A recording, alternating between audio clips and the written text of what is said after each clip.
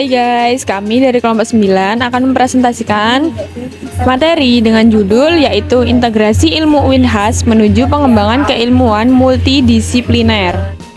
Perkenalkan, nama saya Dini Putri Hidayah dengan NIM 2211010300062. Selanjutnya, dan saya Nur Azizatur Rohmah dengan NIM 2221010300006. Dan saya Nova Lutfita Ramadhani dengan NIM 221101069.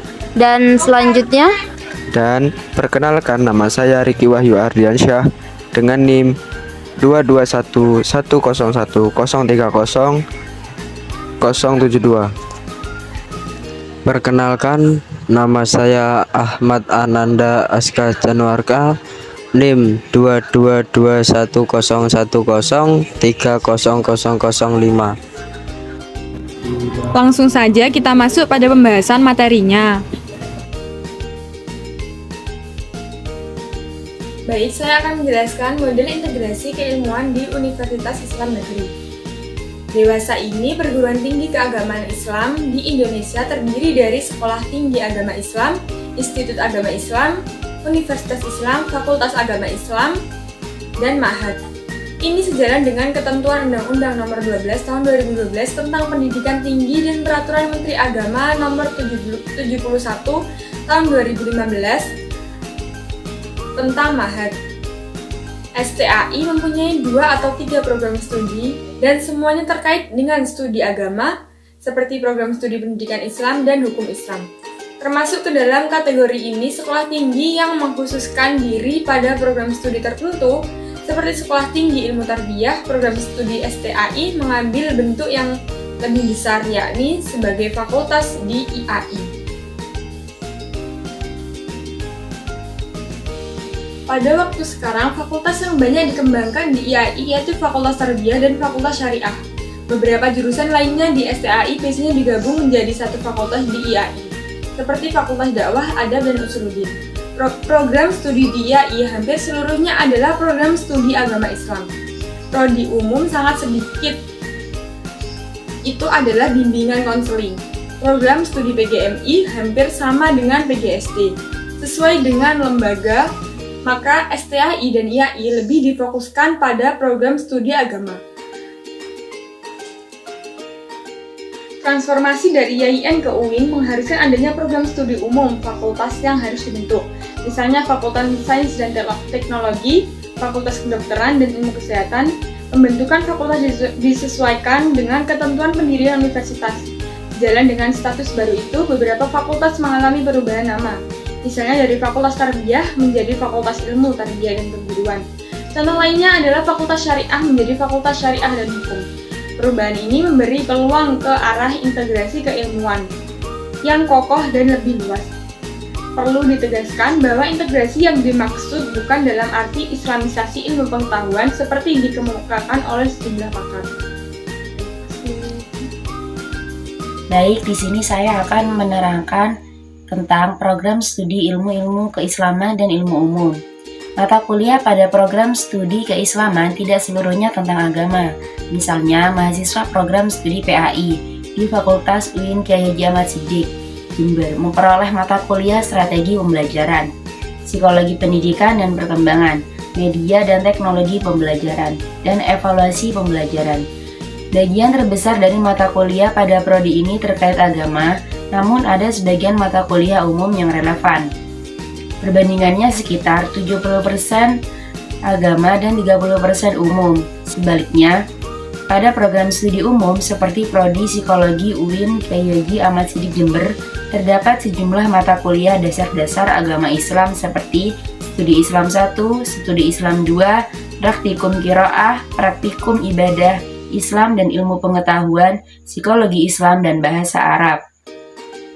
Persentase mata kuliah agama pada prodi umum berkisar antara 15 hingga 30% dari total kredit untuk program sarjana, atau sekitar 144 atau 146 SKS. Sejumlah mata kuliah agama tersebut disesuaikan dengan misi prodi psikologi, yaitu menghasilkan sarjana psikologi yang unggul, kompetitif, dan produktif.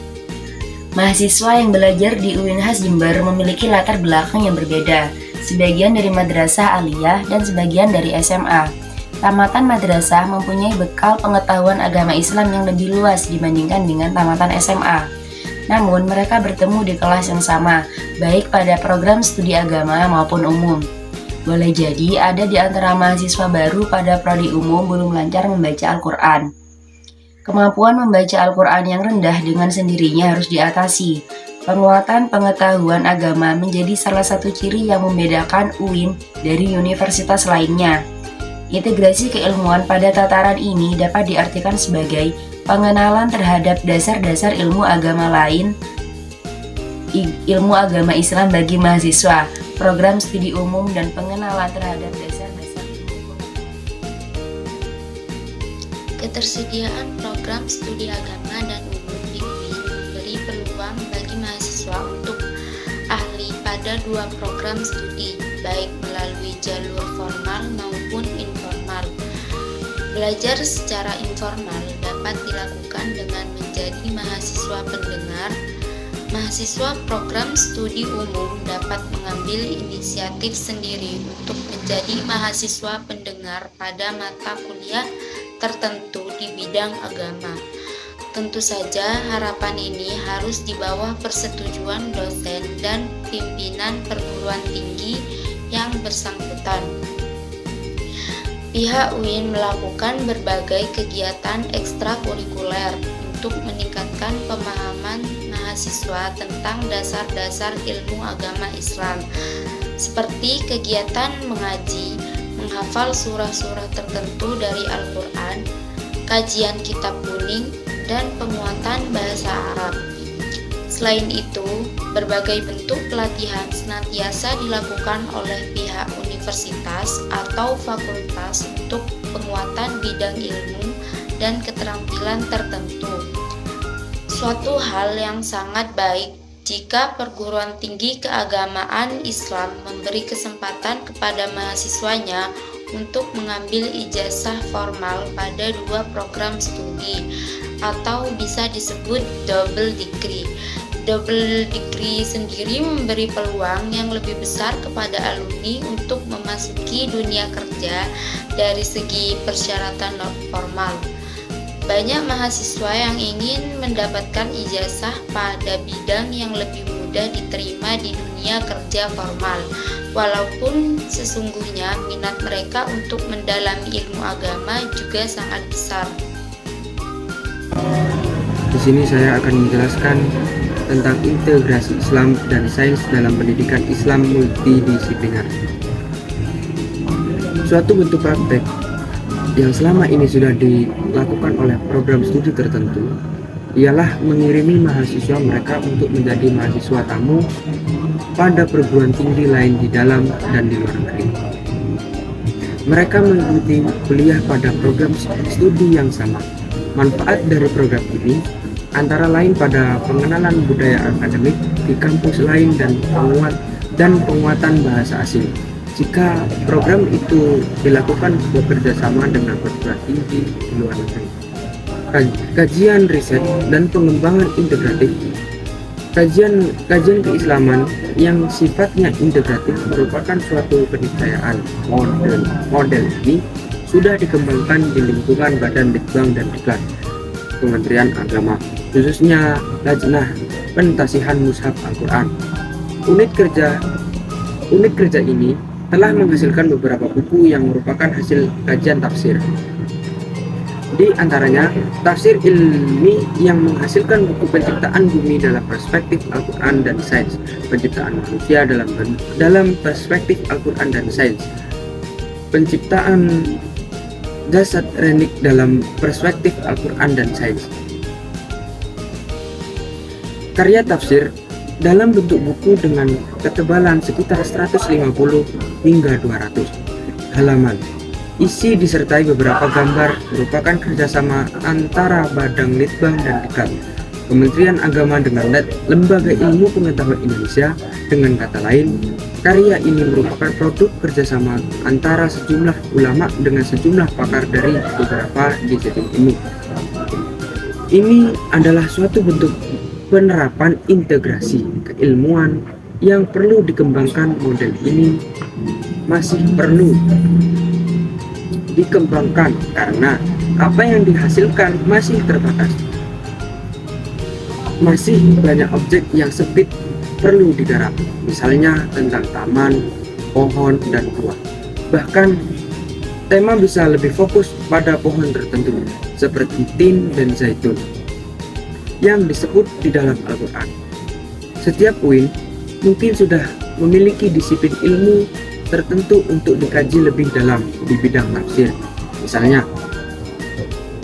pesan-pesan Al-Quran tentang kelautan, pertanian, kedokteran, farmasi, dan seterusnya. Ini tampaknya sudah berjalan. Kajian integratif diperlukan tidak hanya pada bidang tafsir, namun pada semua cabang ilmu agama Islam. Kontribusi pemikiran para ahli sains diperlukan dalam kajian hadis, fikih, tasawuf, sejarah Islam. Di sini saya menjelaskan tentang kajian riset dan pengembangan integratif. Kajian dengan model seperti disebutkan itu memanfaatkan temuan ilmu pengetahuan yang sudah mapan sebagai pengetahuan penunjang untuk memahami pesan-pesan Al-Quran. Selain itu, ayat Al-Quran dapat dijadikan sebagai sumber inspirasi untuk melakukan penelitian dalam bidang ilmu alam, sosial, dan budaya.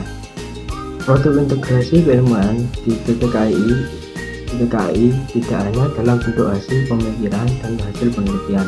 Diharapkan pada masa datang program studi umum dapat menindaklanjuti kajian dan penelitian dalam bentuk pengembangan model produk dan teknologi yang dibutuhkan oleh masyarakat yang senafas atau mendukung pengamalan nilai dan norma agama dalam kehidupan individu dan masyarakat. Misi integrasi keilmuan di PTKI akan lebih berkembang pada masa datang ketika lembaga pendidikan tinggi ini menghasilkan lebih banyak ahli di bidang sains dan ahli agama yang bisa bekerja sama dalam melakukan kegiatan penelitian dan pengembangan secara bersama-sama. Untuk waktu sekarang ini, potensi ke arah itu lebih kuat pada PTKI dibandingkan dengan PTU. Dan terima kasih dari saya.